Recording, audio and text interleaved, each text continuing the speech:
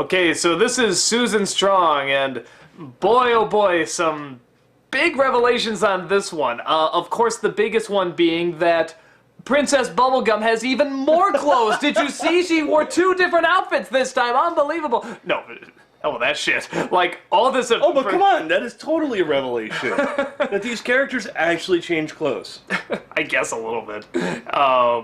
For me, just seeing all this stuff going on, I'm like, what the hell? What the hell? And then, like, that ending is, like, really open-ended and, like, sort of uncomfortable in a way, and, like, it's bittersweet, and I'm like, wow. Like, I was actually, like, it's one of the first times where I'm really like, yeah, what is the story behind this? I mean, you always sort of, like, in the back of your head, you're thinking, oh, it might be fun just to know what's going on, but this is the first one I was like, yeah, I really want to know. I want to know the story now. They gave just enough intrigue on that. You know, just enough of a clue. And, well, okay, for those who don't know or whatever, had to be reminded, this is one where they find a shelter that's underground, and these people, they're all wearing, like, animal heads, very similar to what Finn had on, are down there, and they sort of kind of speak English, but they haven't spoken it in a while, so they're sort of learning this stuff again. And he comes across one called Susan, who's just a giant lady, and introduces her to the Candy Kingdom, and she likes candy. Lord knows they probably haven't had anything sweet for years. And Poor Peppermint Butler. yeah, and she goes and she wants to get other people to come and feed on the place, but then they fight them off and they take off the animal hats, and it looks like they're kind of fish people, or I think they're mutants. I think they're doing the Futurama route, it sounds like to me. Like, they're just, like, the apocalypse or whatever actually, like, mutated them, or so they're still people, they're just, like, mutated fin people, whatever. They did that in Futurama.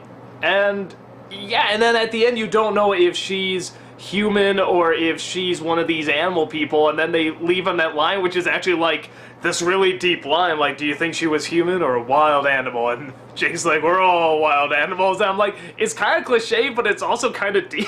Yeah. And it's an episode where it really kind of fits. Mm-hmm. So I really like this one. I was, like, really pulled in, and it's the first time where it's like, no, now I like the show and I want to keep seeing more of it, but it's the first time where I'm like, wow, I really want to know what's going on now. Like, I'm really fascinated. Welcome to the fold. Yeah, no, it's like, it just took this one episode, but it's like suddenly, like, 8 giant things were dropped in your lap, and you're like, whoa, okay, you didn't get all the answers, but it's like, it's sort of the start of it, and now it's like, yeah, I really want to know where it's going. Or just where it went, how it all got to this point. So yeah, I'm really fascinated now. I just really liked when they go down there initially and they're looking around, and Jake is like, we can rule them like gods. Angry God. gods. That was really funny. His delivery was so good too. Angry gods. I also like the voice actor who's doing Finn. You know, it's obvious his voice is getting deeper, but it's like he's working with it really well, or did work with this. Is you know, pretty old now, but and like there's one part where Jake turns himself into a couch and Finn sits down, and Suzuki's just like, come on, like that. And I don't think that would have been as funny if he had the higher pitch voice. I think the pitch he has now is really good, so it's one of those things where it's like, because that's always the big concern, what's going to happen when the child actor or actress grows up and the voice changes and stuff, and they seem to work with it pretty well. Yeah. I thought it was just a fun episode.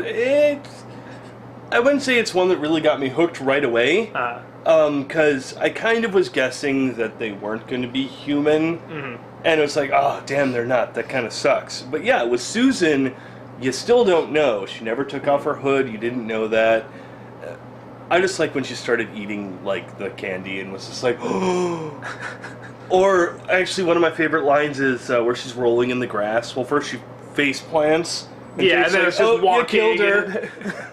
And then Finn goes up and he's like, oh, you got some grass blood on you. And probably know the glass could be like, knowing this plays, it could have like little faces and they could talk or whatever. You never know, actually. This poor grass. Come to think of it. We're monsters. No, we don't live in Ooh. Oh, okay. Well, we're fine. Go mow your lawns, people. It's okay. But what if the happening was right? and the plants are alive and trying to kill us. Then they're doing a very poor job. That's true. I think they can do better. Considering all the venomous and destructive and violence that plants could possibly cause. Yeah, they're pretty low on the totem pole in terms of killing people. Yeah, I mean, honestly. It's almost like Shyamalan didn't make a good movie. Did he ever? There's that one where Bruce Willis was a superhero. No, that sucked too. No, there is no good movie he ever made, especially one with Bruce Willis. Yeah, I do agree, actually. That's a shame. Oh well. So, yeah, I really like this one. I got really pulled in, and, yeah, any closing thoughts? I did like when Peebles is talking to Finn. You're just going to call her that from now on. Yep, Peebles. Okay. Is talking to Finn about, memories of humans, and he's like, yeah, when that happens, I've never met one, and I get all, oh, and he just, like, his eyes get big, and he gets, like, all, like, kind of, like, depressed and sad, and he's just like, and then later on, or a few seconds later, Jake snaps him out, and she's about to say the same thing again, and she catches herself. And I know you and Jory have been saying, like, how much kind of a bitch she is and all that stuff. I don't have a problem.